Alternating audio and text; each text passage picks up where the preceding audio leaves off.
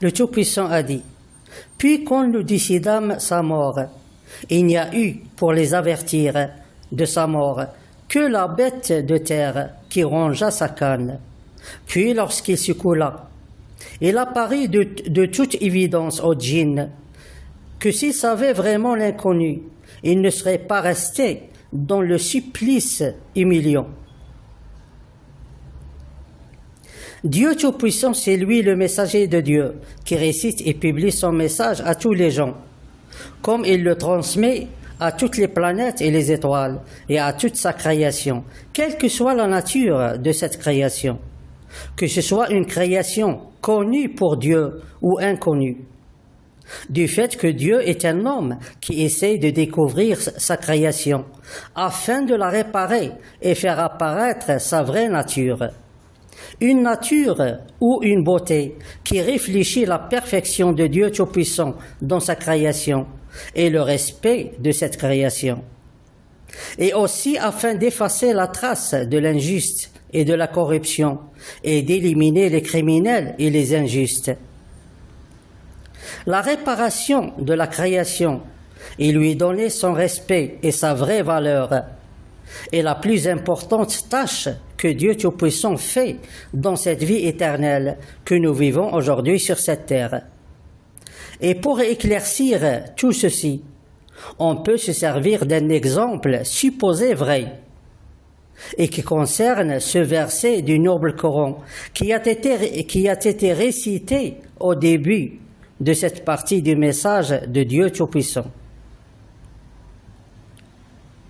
Dieu Tout-Puissant a déjà annoncé dans son message que le monde spirituel est un monde éteint et obscur et qui est devenu, où il a été toujours un endroit pour les criminels et les corrupteurs parmi les spirituels, les esclaves du pouvoir et de l'argent et les serviteurs de leurs dirigeants.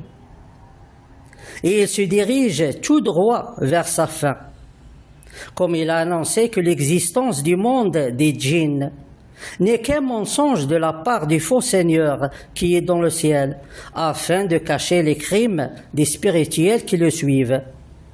Puis il a annoncé que sa punition ne signifie jamais l'extermination d'une de ses créations, et surtout quand Dieu Tout-Puissant ignore l'existence d'une création. Dans tous les cas, donnons un exemple et supposons que la création ou que la créature djinn existe, et c'est une vérité.